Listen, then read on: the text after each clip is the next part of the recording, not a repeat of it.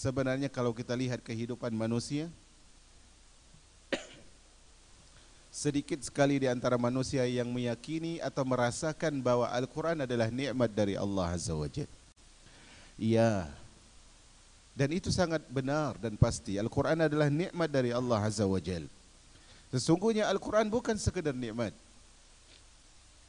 tetapi Al-Quran termasuk di antara sebesar-besar nikmat yang Allah Subhanahu wa taala turunkan kepada umat Islam. Karena itu umat Islam yang dirahmati oleh Allah. Kenapa kita sebutkan Al-Quran sebesar-besar nikmat? Karena Al-Quran diturunkan untuk menjadi petunjuk bagi manusia, untuk menjadi rahmat bagi orang-orang yang beriman, untuk menjadi penyembuh bagi orang-orang yang mengalami penyakit. Dan Al-Quran tersebut adalah penjelasan untuk segala sesuatu. Karena itu Allah Subhanahu wa taala turunkan Al-Quran sebagai nikmat dan rahmat bagi sekalian manusia dan orang-orang yang beriman. Makanya umat al-Islam yang dirahmati oleh Allah Azza wa Jal, di antara nikmat terbesar yang Allah pastikan tentang Al-Quran adalah firman Allah dalam surah Al-Ma'idah ayat 3, Al-yawma akmaltu lakum dinakum wa atmamtu alaikum ni'mati wa raditu lakumul Islam madina. Pada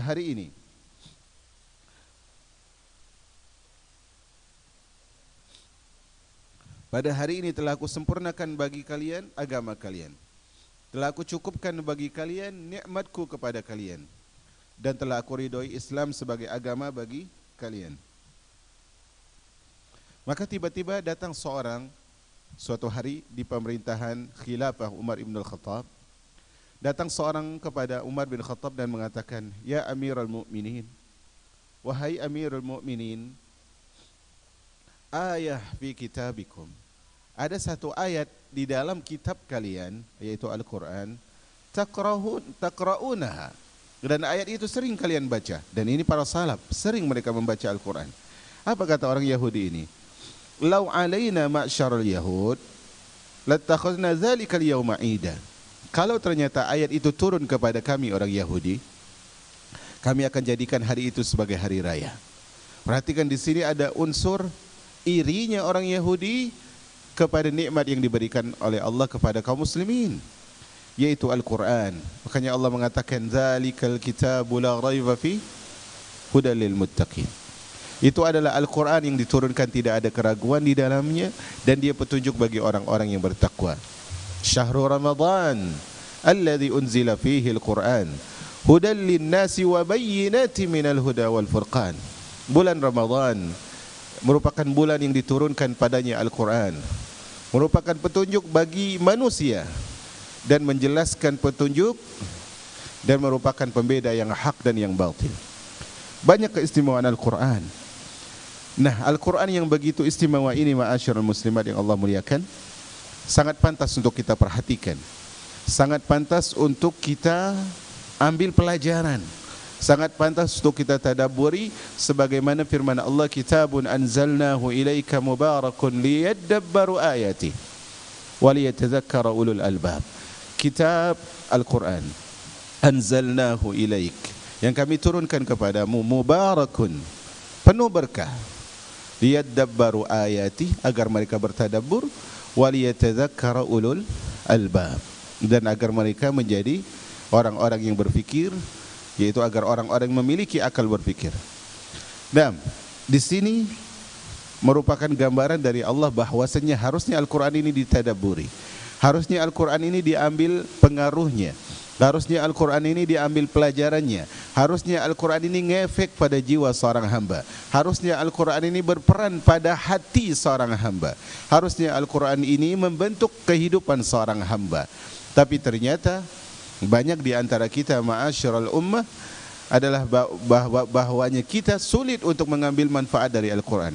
Kenapa kita baca Al-Quran kemudian tidak berefek pada hati-hati kita? Kita membaca Al-Quran tetapi tidak membekas pada jiwa kita. Mengapa hal itu terjadi? Alangkah baiknya kalau kita membaca materi kita hari ini, yang akan kita baca di halaman 156. Halaman 156.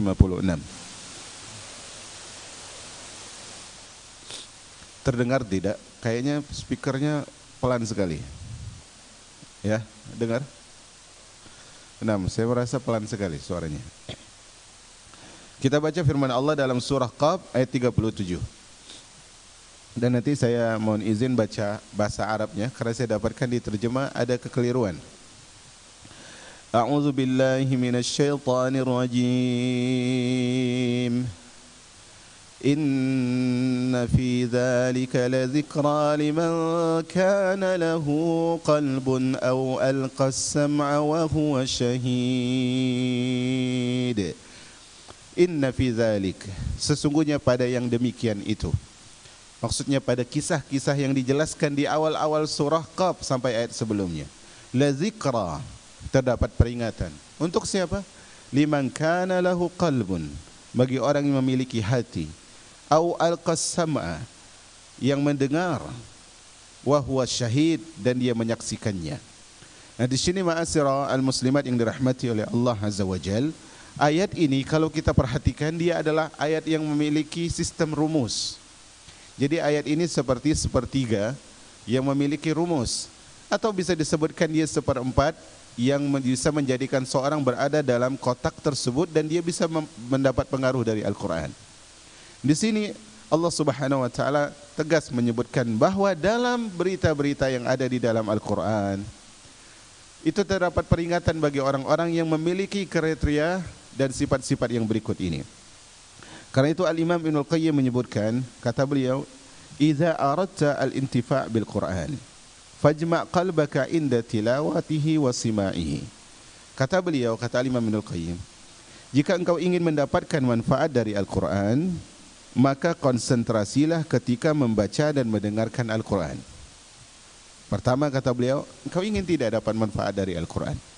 Kalau engkau ingin dapat maslahat, manfaat, dan khasiat dari Al-Quran, kau harus perhatikan poin-poin ini. Poin-poin ini adalah, kata beliau, pertama engkau harus kumpulkan hatimu, jangan bagi hatimu. Satukan hatimu, penuhkan hatimu, jadikan hatimu totalitas ketika engkau mendengar atau membaca Al-Quran. Wa alqi sam'ak, kemudian kata beliau, berikan pendengaranmu secara keseluruhan. Berilah pendengaranmu secara keseluruhan. Wahdur hudura man yukhatibuhu bihi man takallama bihi subhanahu wa ta'ala. Dan kata beliau, perhatikanlah baik-baik, posisikan dirimu sebagaimana orang yang diajak bicara oleh Allah Azza wa Jalla. Dan ini pernah kita sebutkan sebelumnya bahwasanya senikmat-nikmatnya khalwah, berdua-duaan, adalah dengan kalamullah, ketika seorang mengerti apa yang Allah sampaikan kepadanya. Bagaimana ketika kita mendapatkan sebagian para salaf, mereka rela tidak keluar rumah karena mereka membagi waktu mereka banyaknya untuk Allah Azza wa Jal. Karena membaca kalamullah, mereka berharap menggambarkan bahwa bacaan Al-Quran mereka tersebut adalah seperti mereka sedang diajak bicara oleh Allah Azza wa Jal. Seperti ketika Allah Subhanahu wa taala mengatakan misalnya, ya ayyuhalladzina amanu, wahai orang-orang yang beriman. Ketika dia merasa beriman, dia akan siap-siap dulu. Ini Allah manggil orang beriman. Lebih dari 80 kali Allah panggil orang beriman. Ya ayyuhalladzina amanu. Apa kata Allah? La tulhikum amwalukum wala auladukum. Jangan sampai anak-anak kalian, harta-harta kalian, jangan sampai anak-anak dan harta, apa yang harus dihindari? La tulhikum amwalukum wala auladukum an zikrillah, dari mengingat Allah. Maka mereka berusaha menempatkan Allah sedang ngomong. Masalahnya kita ketika membaca Al-Quran misalnya, ya Bani Israel adhkuru ni'matallahi alaikum, wahai Bani Israel, bersyukurlah atas nikmat yang Allah turunkan kepada kalian. Seakan-akan kita hanya mengatakan ini khusus Bani Israel. Bukan. Al-Quran diturunkan untuk kita, ma'syarul ummah. Al-Quran diturunkan kepada kita. Ketika Allah sebutkan tabbat yada abi lahabin wa tab, ini bukan untuk Abu Lahab saja. Ketika Allah Subhanahu wa taala sebutkan adkhilu ala fir'auna syaddal azab. Masukkan Fir'aun dan pengikutnya kepada azab yang pedih. Bukan hanya untuk Fir'aun, tetapi ayat itu coba letakkan posisinya, Allah Subhanahu wa taala sedang berbicara dengan kita. Kemudian kata beliau, fa innahu khitabun minhu laka ala lisani rasulih. Sejatinya Al-Quran tersebut merupakan pesan dari Allah Azza wa Jal kepada engkau wahai umat Islam melalui lisan Rasulnya alaihi salatu wassalam. Dan itulah sebagaimana yang Allah Subhanahu wa taala sebutkan di dalam firman-Nya, inna fi dzalika ladzikra liman kana lahu qalbun aw alqa as-sam'a wa huwa syahid, dalam pembahasan kita ini. Kemudian beliau sebutkan wa dzalika, yang demikian itu, anna tamam at-ta'sir lamma kana mawqufan ala mu'assirin muqtadin wa mahallun qabilin wa syartin li husulil athar wa intifa'il mani alladhi yamna'u minhu. Jadi di sini kata beliau, kapan kita bisa dapat pengaruh dari Al-Quran? Kapan kalau kita baca Al-Quran itu bisa ngefek? Kapan kalau kita baca Al-Quran bisa merubah hidup kita? Kapan ketika kita baca Al-Quran bisa tersentuh dengan ayat Quran? Ambil 4 syarat. Kalau tidak mau dikatakan 3, maka dia 4. Syarat yang pertama, atau poin yang pertama, ada 4 poin yang harus dipenuhi. Sebenarnya dia 3, tapi kita pecahkan saja menjadi 4 agar lebih detail. Kata beliau, pengaruh dari peringatan Al-Quran itu sangat tergantung pada pertama. Pertama adalah mu'assirin muqtadin, yaitu sumber yang memberikan pengaruh. Harus ada pemberi pengaruh. Pertama itu. Yang kedua adalah mahallun qabilin. Harus ada mahallun qabilin, wadah yang bisa menerima. Nanti kita akan sebutkan. Yang ketiga adalah wasyartin lihusulil athar. Yang ketiga adalah terpenuhnya syarat agar pengaruh itu bisa berperan.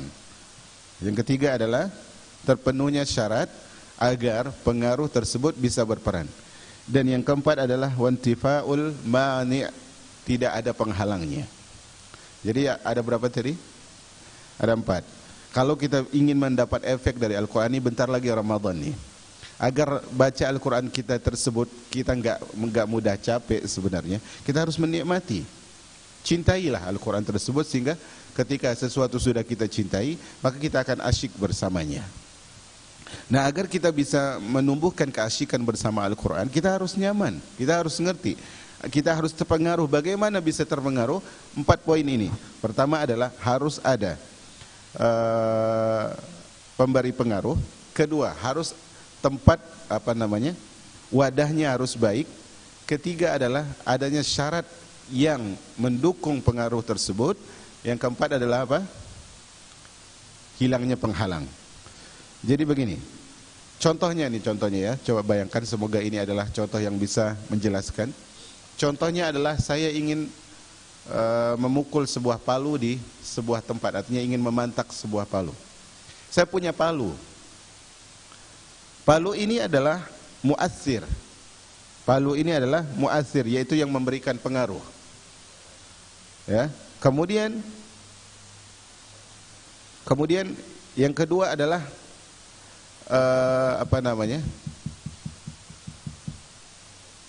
tempatnya itu, wadahnya itu adalah apa? Afwan. Saya ulangi. Saya punya palu dan saya ingin memukul. Pertama, mu'assirnya itu adalah pakunya. Mu'assirnya adalah pakunya. Yang memberi pengaruh nanti adalah apa? Pakunya. Kemudian tempatnya adalah kayu. Ini kita akan memukul paku kayu, bukan paku besi.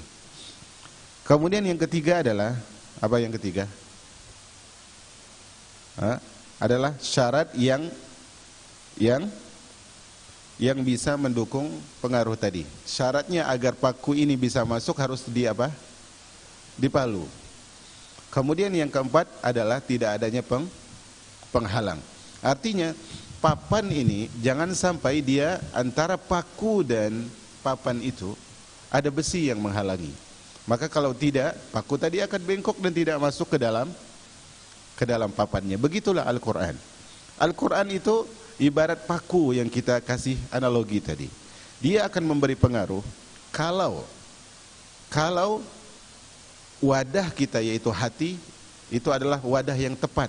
Dia bukan dari besi karena tadi pakunya paku kayu bukan paku besi. Kemudian dia harus dipukul dengan palu, artinya apa? Artinya kata beliau di sini nanti akan disebutkan oleh beliau ada syarat yang mendukungnya. Kemudian jangan sampai ada penghalangnya dan penghalang tersebut nanti akan beliau sebutkan di sini. Jadi 4 perkara ini akan dijelaskan oleh beliau secara detail. Pertama adalah beliau menyebutkan firman Allah, inna fi dzalika ladzikra. Sesungguhnya dalam perkara demikian itu ada pengertian. Ini mengisyaratkan semua hal yang diutarakan dari awal surah Qaf.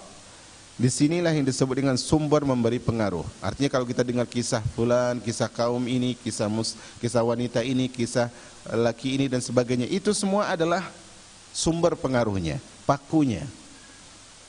Kemudian kata beliau, liman kana lahu qalbun, sementara firman Allah, liman kana lahu qalbun, hadza mahallul qabil. Ini adalah tempat, ya, objek untuk menerima pengaruh, wadahnya, yaitu hati yang hidup yang dapat mengenal Allah sebagaimana dinyatakan di dalam ayatnya yang akan kita sebutkan. Hatinya harus hidup. Jadi tipe wadahnya, kriteria wadahnya minimal dia adalah hati yang tidak sakit. Minimal hati yang sehat. Hati yang hidup, bukan hati yang lalai, bukan hati yang sakit, bukan pula hati yang mati. Makanya Allah sebutkan di dalam surah Yasin, Allah mengatakan, in huwa illa dzikru wa qur'anum mubin. Sesungguhnya Al-Quran itu tidak lain hanyalah peringatan dan Al-Quran yang jelas. Untuk siapa? Memperingati siapa? Jelas untuk siapa? Liyunzira man kana hayya, untuk memberikan peringatan kepada pihak yang hidup. Hidup apanya? Hidup hatinya. Al-Quran ini, makanya Al-Quran ini tidak bermanfaat bagi orang yang sudah mati jasadnya. Makanya ketika Al-Quran ini dibacakan kepada fulan, fulanah, orang ini dan orang itu, tujuannya adalah bukan soal fisiknya yang sakit atau sehat, tetapi urusannya adalah urusan hati. Makanya Nabi alaihi salatu wassalam dalam hadis yang masyhur yang sering kita dengar dan kita baca, bahkan mungkin kita hafal, Nabi alaihi salatu wassalam mengatakan, ala inna fil jasad mudghah. Sesungguhnya dalam jasad tersebut ada segumpal daging. Idza saluhat saluhal jasadu kullu. Kalau dagingnya baik, maka semuanya baik. Wa in fasadat fasadal jasadu kullu. Kalau dagingnya rusak, maka rusaklah semua jasadnya. Ala wahyal qalbu, dan daging tersebut adalah segumpal hati. Di sini ma'asyiral muslimat yang dirahmati oleh Allah Azza wa Jalla, jadi harus diperhatikan firman Allah, liman kana lahu qalbun, bagi yang punya hati. Apakah ada manusia yang diciptakan tanpa hati? Semua diciptakan dengan hati, tapi bukan ada tidak adanya hati. Masalahnya tentang sehat atau sakitnya hati, lalai atau tidak lalainya hati, hidup atau matinya hati. Makanya Allah Subhanahu wa taala menyebutkan tentang orang-orang Bani Israel yang sering banyak pembangkangan, melakukan ini Allah maafkan, kemudian mereka lakukan itu lagi Allah maafkan, kemudian berulang lagi, berulang terus. Akhirnya apa yang terjadi? Maksiat yang berulang. Allah mengatakan, "Tsumma qasat qulubukum min ba'di dzalik." Kemudian hati kalian menjadi keras. Fahiya kal hijarati aw ashaddu qaswah. Dan dia itu seperti batu, keras. Aw ashaddu qaswah, lebih keras lagi daripada batu, dan itu sifat orang-orang yang membiasakan dirinya dengan maksiat. Maka di sini harus ada fungsi atau wadahnya tersebut, hatinya harus hati yang bisa menerima. Makanya ma'asyiral muslimat yang dirahmati oleh Allah Azza wa Jalla, tidak jarang kalau kita lihat sejarah kehidupan manusia, kita lihat ada Ammar bin Hisham dan juga Umar bin Khattab. Ammar bin Hisham ini siapa?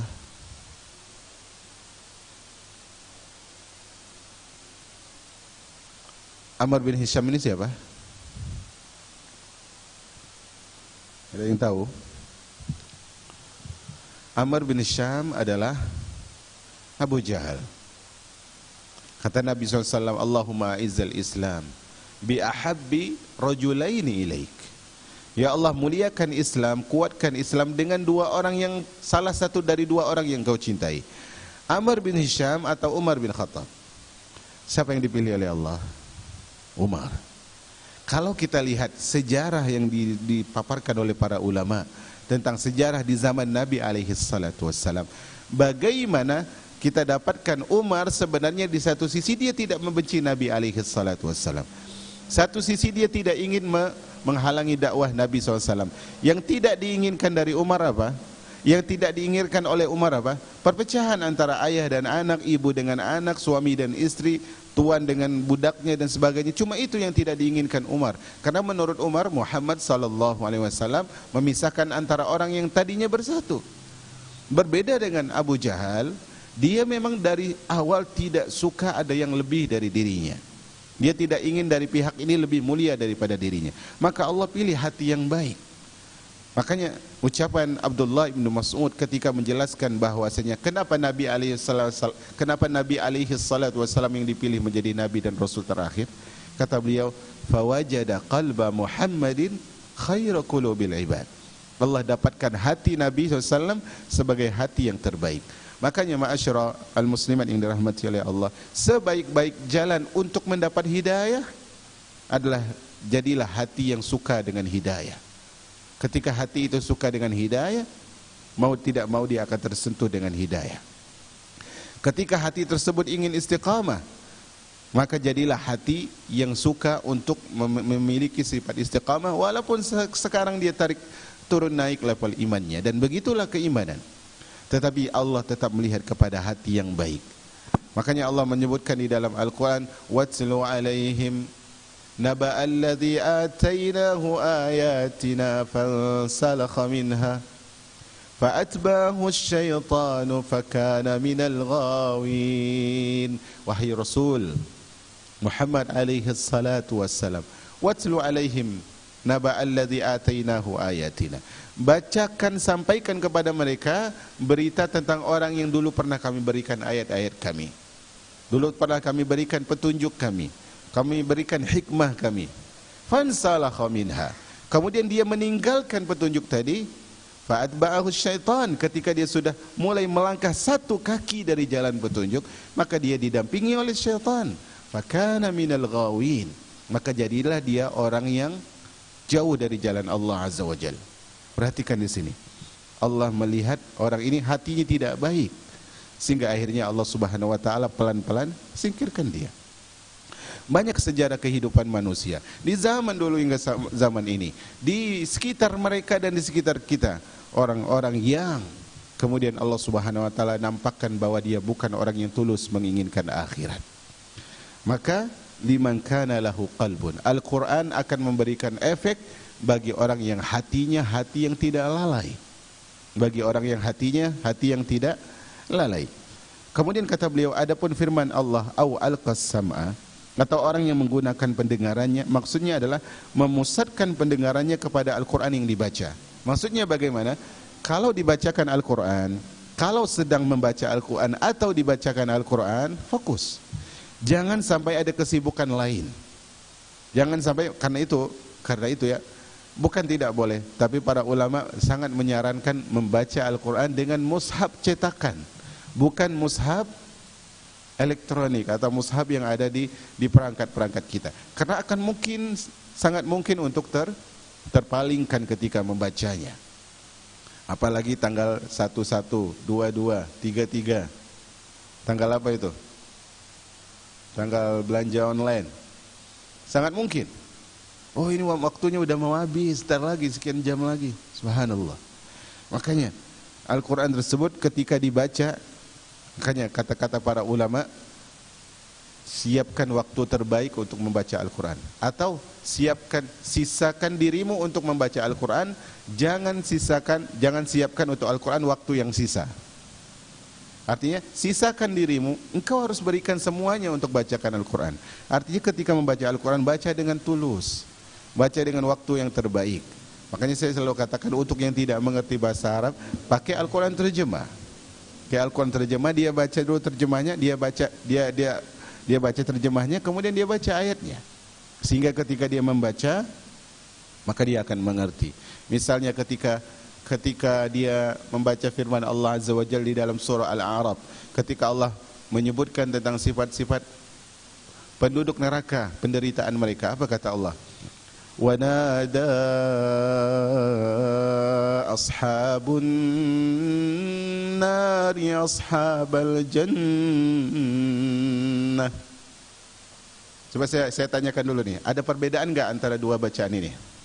Bacaan pertama, simak dengan sesama ya. Bacaan pertama. Wa nada ashabun nari ashabal jannati an afidu alaina minal ma'. Atau yang kedua. Maaf ya, enggak bagus soalnya. Wa nada ashabun nari ashabal jannah. Dengan kesumbangan suara yang sumbang ini, kira-kira yang lebih tepat yang mana? Hah? Yang pertama, yang kedua? Saya rubah ayatnya.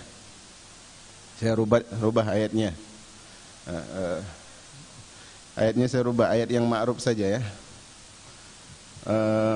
Ayat yang ma'ruf. Bacaan pertama. فَإِذَا جَاءَتِ الصَّاخَّةُ يَوْمَ يَفِرُّ الْمَرْءُ مِنْ أَخِيهِ وَأُمِّهِ وَأَبِيهِ وَصَاحِبَتِهِ وَبَنِيهِ. Dengan yang kedua, يَوْمَ يَفِرُّ الْمَرْءُ مِنْ أَخِيهِ وَأُمِّهِ وَأَبِيهِ وَصَاحِبَتِهِ وَبَنِيهِ. Mana yang lebih tepat? Kenapa yang kedua? Ayat yang pertama yang saya bacakan tentang apa? Tentang permintaan penduduk neraka kepada penduduk surga. Surat yang kedua yang saya bacakan apa? Tentang kejadian di padang mahsyar. Apa yang terjadi? Ayah lari dari anak, saudara dari saudaranya, ibu dari pasangan dari pasangannya. Pantaskah ayat seperti itu kita baca dalam keadaan happy? Enggak bisa. Gimana agar kita bisa membedakan ayat ini saya baca ketika sedih dengan nada yang sedih, ayat ini saya bacakan dengan nada yang happy dan sebagainya, agar lebih tersentuh? Bagaimana caranya? Ketika kita menghadirkan pendengaran kita, kita pun bisa oh ayat ini pantasan dibacanya begini, oh pantasan begini. Makanya berbeda. Maka di sana ada baca-bacaan yang dibaca oleh para qurra berbeda. Maka hadirkanlah pendengaran, hadirkanlah fokus ketika dibacakan Al-Quran. Dan yang keempat adalah wa huwa syahid. Dia menyaksikan, maknanya di sini adalah menyaksikan dengan hati yang hadir, konsentrasi dan hati yang tidak lalai. Maka hal ini harus diperhatikan 4 poin. Pertama adalah ketika membaca Al-Quran, maka kita harus, yang dibacakan itu kita harus hadirkan, yaitu Al-Quran. Yang kedua, hati kita siapkan. Yang ketiga adalah kita harus memberikan penorong atau syarat untuk memberikan efek yang lebih banyak. Bagaimana caranya? Kita harus mengikuti, paham dan sebagainya, membaca sesuai dengan yang diinginkan oleh ayat tersebut maknanya. Kemudian yang keempat, tidak ada penghalang. Jangan membaca Al-Quran di tempat yang bising. Jangan membaca Al-Quran sementara sedang apa? Sedang apa? Yang paling susah. Dalam pokoknya pikiran yang kacau. Tapi hadirkan waktu-waktu terbaik. Berkata Al-Imam Ibn Qutaybah, beliau menjelaskan, maksudnya dia menyimak kitab Allah dengan hati yang konsentrasi dan memahaminya, tidak lalai dan tidak lengah. Konsentrasi, berusaha memahami sebisa dia, gunakan terjemah. Kemudian dia tidak lalai dan dia tidak lengah. Tidak lalai dan tidak lengah itu berbeda ya. Tidak lalai artinya dari awal dia memang fokus. Kemudian tidak lengah, jangan sampai hilang fokus. Ayat ini mengisyaratkan hal yang dapat menghalangi pengaruh Al-Quran, yaitu hati yang lalai yang tidak memahami ucapan yang ditujukan kepadanya. Makanya di antara kenapa kita berbeda dengan para salaf, mereka bisa salat sekian juz satu malam sementara kita sedikit, karena kita tidak memahami dan tidak nyaman dengan Al-Quran. Maka hal seperti ini tidak menghayati dan tidak merenungi apa-apa yang disampaikan Al-Quran tersebut akan menjadikan kita jauh dari pengaruh Al-Quran. Kemudian beliau mengatakan, apabila pemberi pengaruh yaitu Al-Quran sudah dipenuhi, kemudian objek yang akan dipengaruhi yaitu hati yang hidup sudah layak untuk menerima, dua syarat terpenuhi. Syarat untuk menerima pengaruh yaitu mendengarkan dengan konsentrasi atau membaca juga telah terpenuhi, tiga syarat. Dan faktor penghalangnya itu kesibukan, kelalaian hati dan menyimak semuanya, ketertarikan kepada sesuatu yang lain sudah tidak ada, sudah disingkirkan semuanya, empat syarat terpenuhi. Apa yang terjadi? Maka bisa dipastikan pengaruh Al-Quran dapat diperoleh.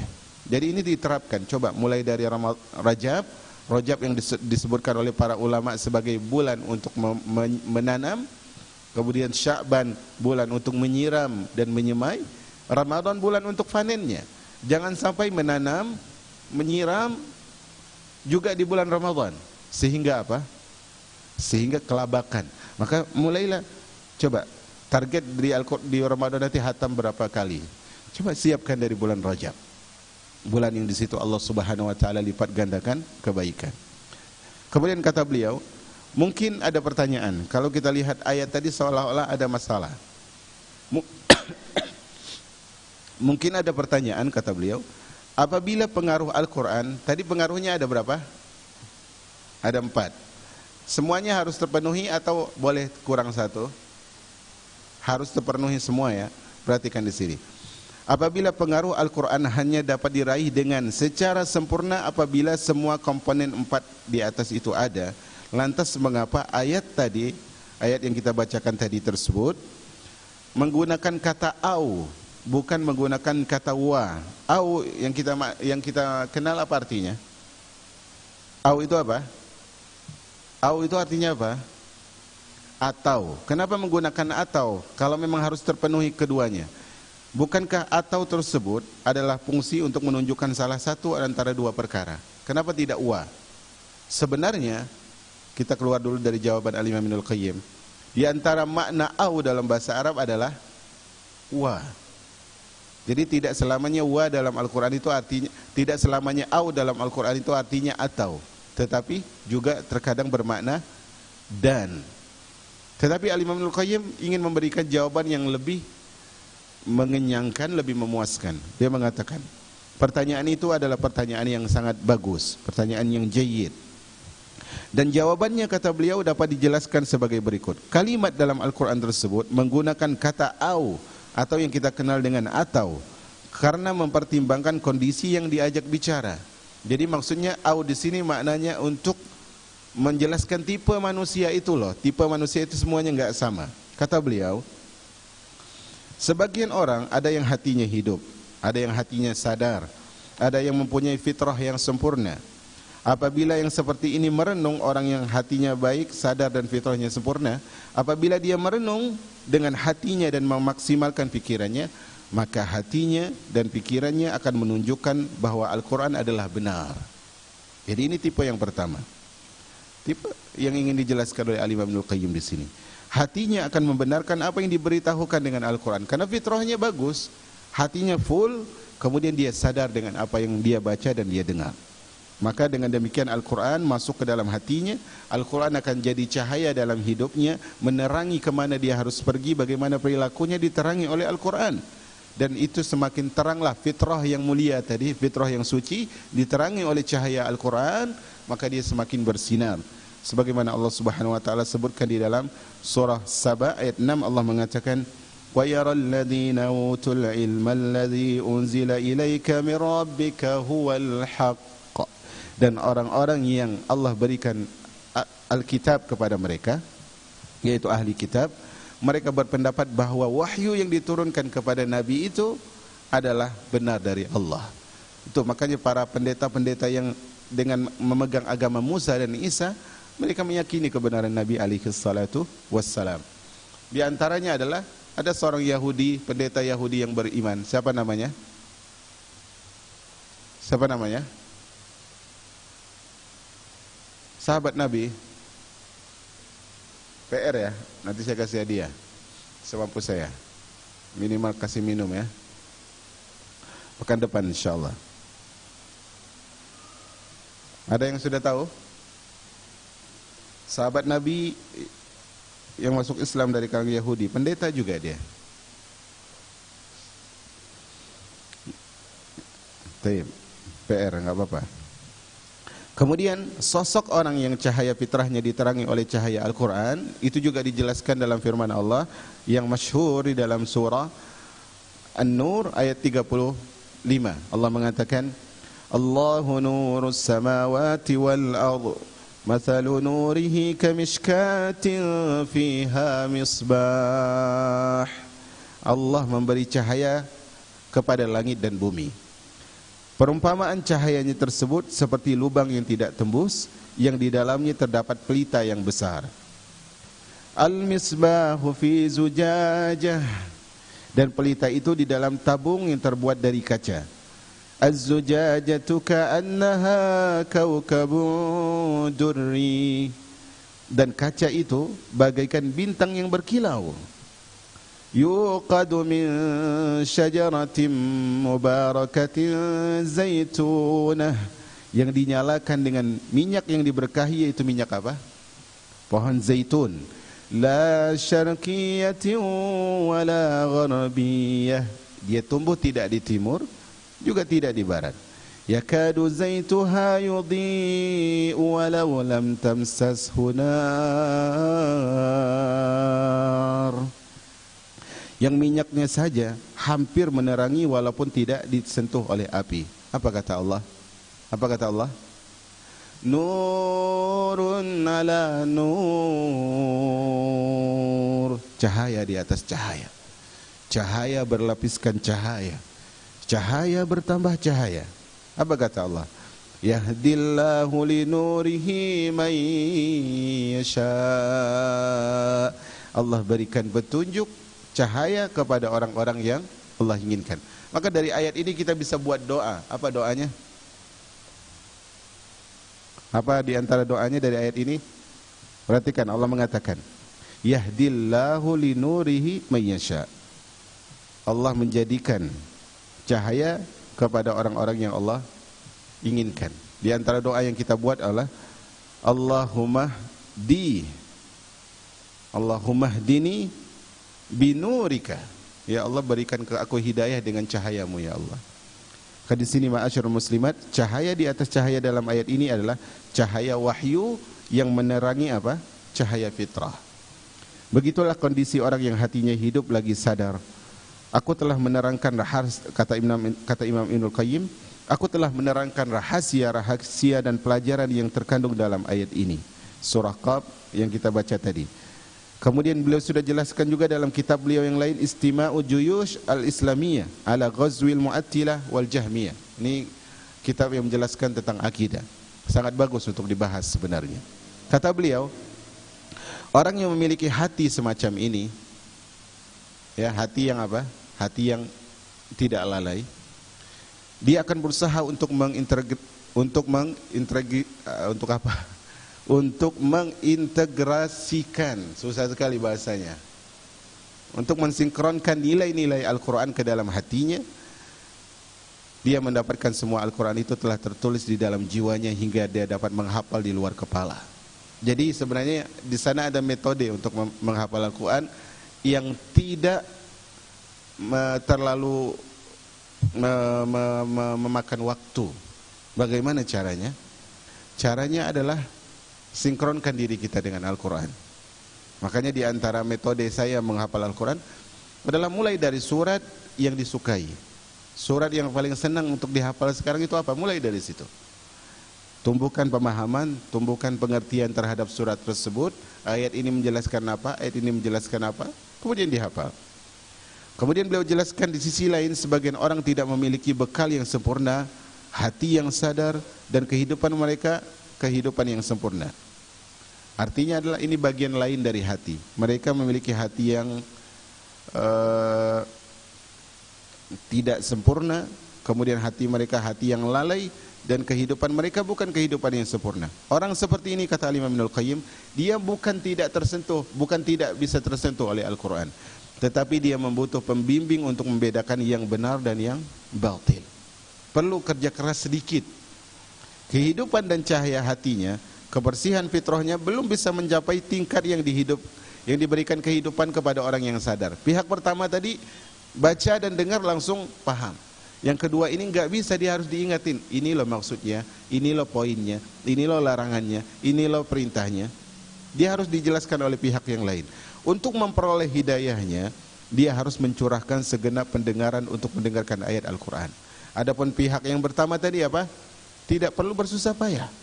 Dia lebih santai, oh ini maksudnya, oh ini perintahnya, oh ini kesalahan saya, oh saya harusnya begini. Yang ini dia harus bersikeras tenaga, waktu, dan harus dibimbing oleh pihak yang lain. Dan juga harus mengkonsentrasikan hatinya untuk memenuhi, memahami makna Al-Quran. Dengan cara tersebut barulah dia mengetahui bahwa Al-Quran adalah sebuah kebenaran. Oh, Al-Quran ternyata benar, saya saja yang kurang memahami. Ini kelompok yang kedua. Maka Imam Ibnul Qayyim jelaskan akhirnya, golongan pertama adalah orang yang melihat dengan mata kepalanya sendiri tentang seruan dan berita yang disampaikan kepadanya. Dia menyaksikan, dia mendengar berita yang disampaikan kepadanya. Sedangkan golongan kedua adalah orang yang mengetahui dan meyakini bahwa si pembawa berita tersebut adalah benar, kemudian dia berkata, cukuplah bagiku berita yang disampaikan. Yang pertama harus apa? Mendengar, melihat, menyaksikan sendiri. Yang kedua, dia mengatakan cukuplah berita yang aku dengar. Apakah ada perbedaan? Ada. Apa kata Imam Ibnul Qayyim? Golongan kedua berada pada tingkatan iman, sedangkan golongan pertama pada tingkatan ihsan. Artinya dia seakan-akan menyaksikan benar, padahal dia tidak menyaksikan sebenarnya, tapi dia seakan-akan menyaksikan benar. Dia mengalami tingkat yang lebih tinggi dari tingkat iman. Orang yang termasuk golongan pertama telah mencapai ilmu yakin, yaitu keyakinan berdasarkan pengetahuan. Bahkan hatinya akan terus merambat naik hingga mencapai kedudukan ainul yakin. Karena dia seakan-akan menyaksikan. Dari ilmu yakin kemudian menjadi ainul yakin. Keyakinan berdasarkan realita yang dia saksikan. Adapun orang yang termasuk golongan kedua, yaitu dia hanya membenarkan berita, dia memiliki tasdiq, keyakinan pembenaran yang sangat kuat kepada ayat yang dia dengar, ayat yang dia baca, sehingga dapat mengeluarkan dirinya dari lingkaran kekufuran, kemaksiatan, masuk ke dalam tingkatan lingkungan Islam dan kebenaran. Maka di sini kita harus ambil perbedaan. Perbedaan pertama adalah yang pertama kita harus ambil, jadilah kita, faedahnya, jadilah kita orang-orang yang ketika diperintah bukan begitu, tapi ketika mendengar perintah, ya saya ngerti maksudnya, bukan gitu, bukan, tetapi adalah pihak yang sami'na wa ata'na, seakan-akan dia melihat Allah ngomong langsung sama dia, bukan iya saya dengar, bukan seperti itu. Jadi hal ini harus kita perhatikan. Kemudian yang kedua yang harus kita perhatikan adalah ketika berhadapan dengan ayat Al-Quran, kita harus menempatkan diri kita sedang berbicara atau diajak bicara oleh Allah Azza wa Jal. Bukan sekedar membuka lembaran, bukan berpindah satu ayat demi ayat semata. Kemudian terakhir beliau sebutkan, tingkatan ainul yakin, terdapat dua fase dalam kehidupan manusia. Ainul yakin itu apa? Seperti melihat dengan menyaksikan sendiri. Itu ada dua fase. Pertama adalah fase dunia, yang kedua adalah fase akhirat. Beliau menyebutkan mengenai ainul yakin yang diperoleh di dunia, yaitu menisbatkan kepada hati laksana penisbatan orang melihat dengan mata kepala sendiri. Allah menyebutkan misalnya tentang alam mahsyar, alam barzakh di dalam kubur. Dia pernah melihat alam barzakh tidak? Belum. Pernah menyaksikan alam mahsyar? Belum. Tapi karena dia memiliki tempat ainul yakin, ketika membaca di dunia, dia seakan-akan menyaksikan. Berita yang gaib yang disampaikan oleh Allah dan Rasulnya. Ya, berita gaib yang disampaikan oleh para Rasul, kelak yang akan dia lihat pada hari kiamat ketika manusia dikumpulkan oleh Allah. Padahal di dalam hal gaib tersebut hanya bisa dilihat dengan mata batin. Maksudnya adalah keyakinan bahwa itu adalah benar. Demikianlah gambaran tentang ainul yakin pada fase kehidupan tersebut. Adapun pada fase akhirat, dia akan melihat langsung apa yang dulu dia baca dari ayat-ayat Al-Quran. Inilah ma'asyiral muslimat, mohon maaf atas segala kekurangan dari materi yang disampaikan, karena sejatinya yang disampaikan oleh Al-Imam Ibnul Qayyim adalah sangat jelas, tidak perlu disyarah, semuanya jelas. Hadirkan hati, kemudian yang dibaca itu harus kebenaran, hadirkan hati, kemudian cari pendukung, kemudian jauhi penghalang. Semoga Allah berikan taufik kepada kita untuk mudah melihat yang benar itu benar dan dimudahkan untuk mengikutinya, dan melihat yang salah itu salah dan dimudahkan untuk meninggalkannya. Jika ada pertanyaan atau diskusi, mungkin bisa kita lanjutkan di sesi diskusi. Kalau tidak salah sudah disiapkan mic tadi. Nah, pelajaran sebelumnya juga boleh ya.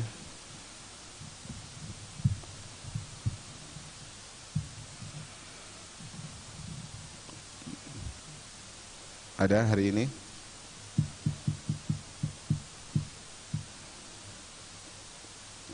Nanti kalau nggak ada, nggak disiapin mic lagi loh.